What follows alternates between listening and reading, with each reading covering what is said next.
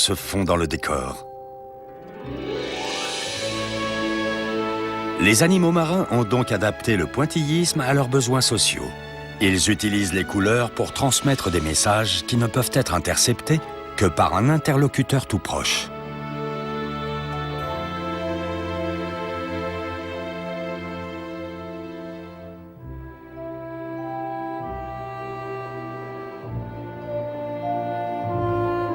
Les couleurs complémentaires sont très répandues chez les poissons, en particulier le bleu et le jaune. Il existe d'ailleurs une multitude de patrons de coloration jaune et bleu, à la fois étonnamment différents les uns des autres et très éclatants quand on les voit de près.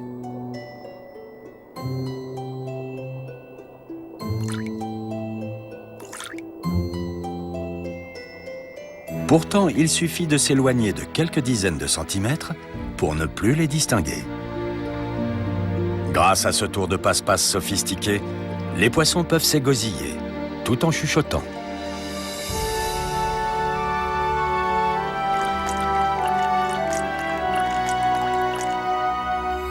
Le dernier facteur à prendre en considération pour comprendre la communication par la couleur, c'est l'acuité visuelle des créatures coralliennes. Les êtres humains ont une bonne vision de loin. Pour en mesurer l'acuité, on utilise une échelle de lecture. À partir d'une certaine distance, il nous devient difficile de distinguer les lettres, tandis que l'aigle continue à les voir très distinctement.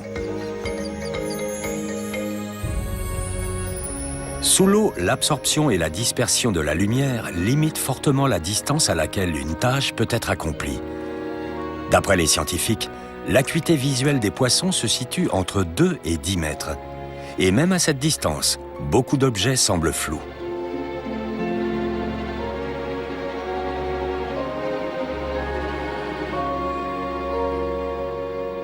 À nos yeux, les récifs de corail offrent une véritable débauche de couleurs.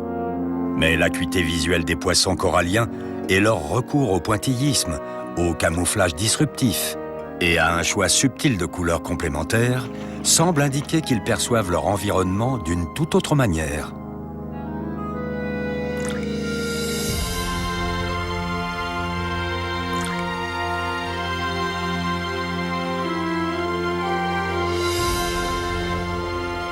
Les poissons connaissent les limites visuelles de leurs voisins. Même s'ils sont très voyants de près, ils savent qu'il leur suffit de reculer de quelques mètres pour disparaître complètement.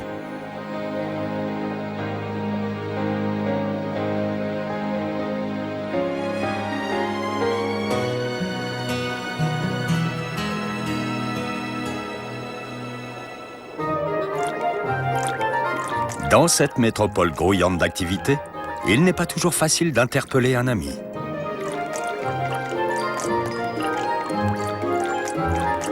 Mais les animaux marins sont conscients de leur coloration et des capacités visuelles des autres espèces.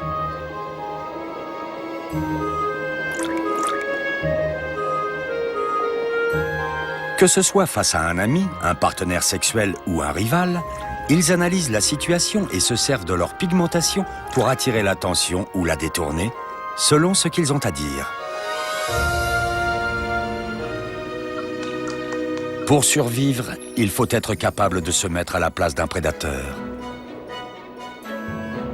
Une petite créature comme le poisson papillon sait parfaitement que pour un barracuda de passage, le gros point noir qui orne sa queue ressemble à s'y méprendre à un œil. Ce motif stratégique remplit 2 objectifs. Pour commencer, la taille de l'œil est souvent proportionnelle à celle du corps, si bien que cet énorme point qui imite l'œil d'un très gros poisson suffit à dissuader la plupart des prédateurs. Par ailleurs, quand le barracuda lance son attaque, il sait que sa proie a encore une petite chance de s'enfuir. Il s'efforce donc de prendre un peu d'avance sur elle.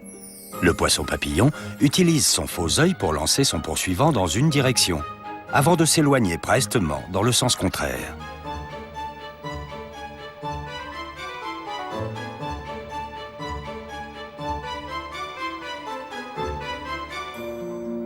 Quelle que soit la qualité de leur camouflage, les poissons sont souvent trahis par leurs pupilles noires.